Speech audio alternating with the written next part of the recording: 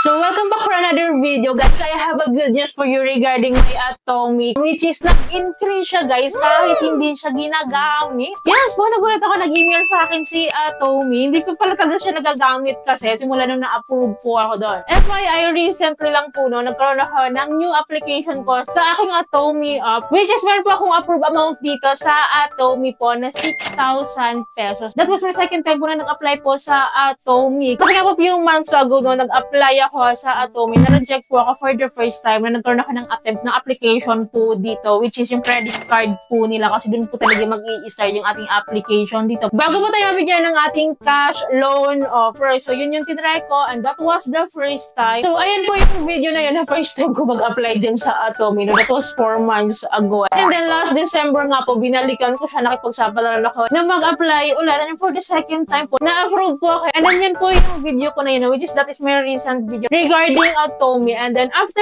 a month po, hindi ko kasi siya nagamit, guys. Yung credit card offer niya po sa akin na 6,000 pesos and then ito lang, just in lang. Nagulat ako, na-increasean ako. So nag-email siya sa akin, guys. Ito po yung laman ng email, ano, nakalagay dito, congratulations, your Atomic card limit has been increased. Nagulat ako, nag-i-increase siya kahit di siya ginagamit. So, nakalagay dito na, thank you for your continued support of the Atomic card. As our way of saying thanks, we've increased your spending limit to empower you with greater flexibility to shop what you love when you want it. So sabi niya dito, we encourage you to make more frequent purchases with your Atomic card and maintain a good repayment history. Of course, para mas ma-increasean pa po nila ako. So natuwa ako sa pa-increase ni Atomic, no? So anyways, bivisit ko po yung aking app, no? Para makita natin, gumagana po yung bagong increase ko po dito. So i-open ko lang po yung app ko dito sa Atomic. So dito po click po natin tong card. And then from 6,000 pesos po, naging 8,000 pesos po. 2,000 po yung in-increase niya sa akin. Malaking bagay na rin to kahit pa pa, hindi ko naman siya ginagamit. At least na-increasean ako, no, kahit never pa akong gumamit ng Atomic as payment method nga po. So by the way, the last time po na nagkaroon nga po ako ng application sa Atomic po, meron na rin po kasi akong inabail na card doon. Physical card po. Actually, last year ko pa siya natanggap kasi last December pa nga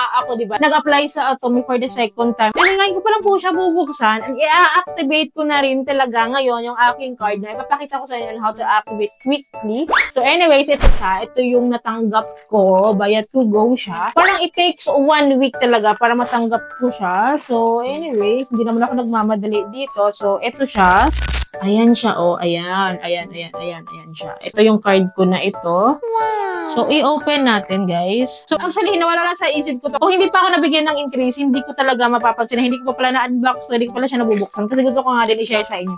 Anyways, ito siya, guys. Ito yung itsura niya. And then, nandito yung details niya sa may baba. Yan, ano yun? Ang hirap, ha? Nandito yung details ko sa likod. And anyways, ito naman yung pinakamalagay. Yung card po nito, bali, ito po yung pinili kong color po, pink. Ito po yung mga available na colors po. No? So, pinili ko po yung pink kasi nga, di ba, para feminine ako dito. So, ito siya.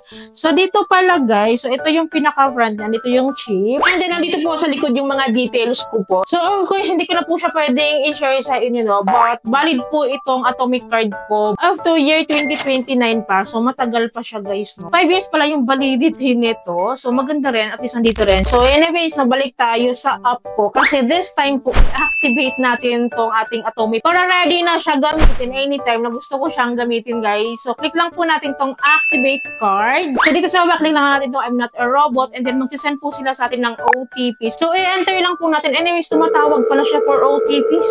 Your code is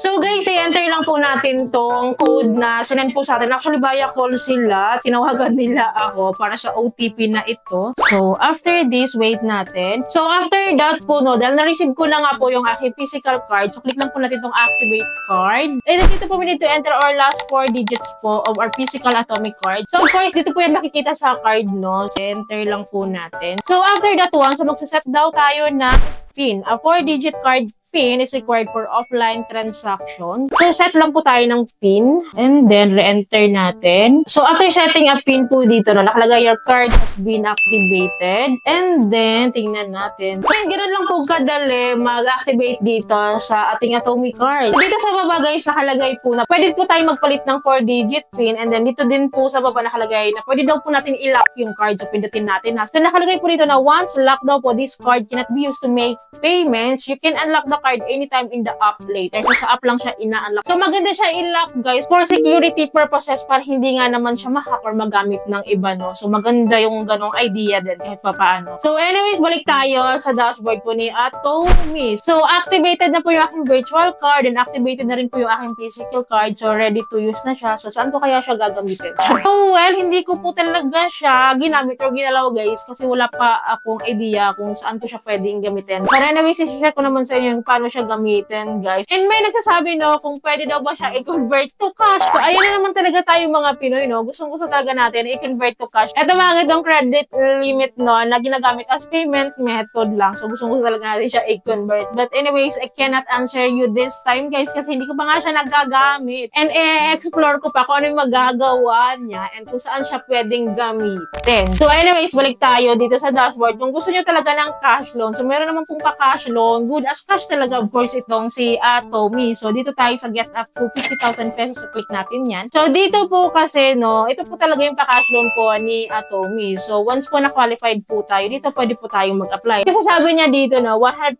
online application with instant response daw sila ng low interest rate starting from 1% per month. So, ang baba nga nun kung 1% per month, diba? Then, after 12 months to pay daw. But, hindi kasi lahat no eligible dito. So, i-try natin this time, ha. So, click natin tong activate now. So, nakalagay agad-agad, diba? Instant response nga, sabi nga nila, diba? Nakalagay dito, sorry, we can't provide this service for you at this moment. Currently, we cannot offer you this service due to eligibility criteria. So, alam ko naman na hindi pa talaga qualified dyan. Kaya nga po, inuna ko muna itong aking credit card. Kasi sabi daw nila, ito daw yung stepping stone to avail this credit card, no, gamitin daw natin. Para doon daw yung evaluation po ni Atomy sa atin para maging eligible na po tayo sa ating cash loan dito. So, at least may idea tayo, diba? Gladly na lang talaga na-approve ako dito sa credit card kasi ito talaga yung stepping stone or first step para ma-unlock natin itong pa-cash loan po ni Atomy. I am longing for it naman. And sabi nila, mas maganda daw gamitin si credit card loan offer kaysa kay cash loan offer daw po. Kasi nga po, itong si credit card daw po is 0% interest daw talaga. Legit daw talaga yon for 40 days. So, alam niyo naman na gustong-gusto natin yung mga 0% interest rate na yan, diba? Eh, alam naman natin, gano'ng ka-legal po si Atomy, gano'n po ka-legit ito. Supervised po ng Bangko Sentral ng Pilipinas po itong si Atomy. Kaya hindi po talaga basta-basta itong si Atomy and gladly na lang sa mga legit po na ganito is na-approve po tayo. Akala ko talaga dati hindi ako ma-approvehan, never ako ma-approvehan sa Atomy po. Kasi approve nga po kasi ako sa aking Lazada Fast Cash Loan, diba? Which is yun na ay powered by Atomy siya. Under po siya kay Atomy. Kaya the first time po na nag-apply ako sa Atomy, na-reject po ako. That is because I think meron nga akong Lazada Fast Cash. Pero hindi ko talaga sukat akalain na ma-approve pala ako sa Atomy for the second time na nag-apply dito. Kaya sa mga nare-reject dito sa Atomy, no, keep trying, keep applying po dito. Kasi wala nyo naman, ma-approve na kayo, diba? So, try lang po ng try. So, yun lang po yung update ko din sa aking Atomy. Kaya hindi ko alam po, ako lang ba yung na-increasean po ni Atomy na ganito? Or meron din sa atin dito ng mga viewers ko? Or may mga Atomy account dito, na-increasean din ba kayo katulad ko? Pa-comment down below naman. Magkano po yung increase sa inyo? Magkano po yung loan offer sa inyo? Kumusta po yung experience dito sa Atomy? Please comment down below po para aware din po iba nating viewers dito. So, yun lamang po. Ayaw po may natutunan kayo sa video. Ayaw po nakatulong to yung video sa inyo. Kung gusto nyo yung video, please don't forget to like and share. And thank you for watching this video. Bye!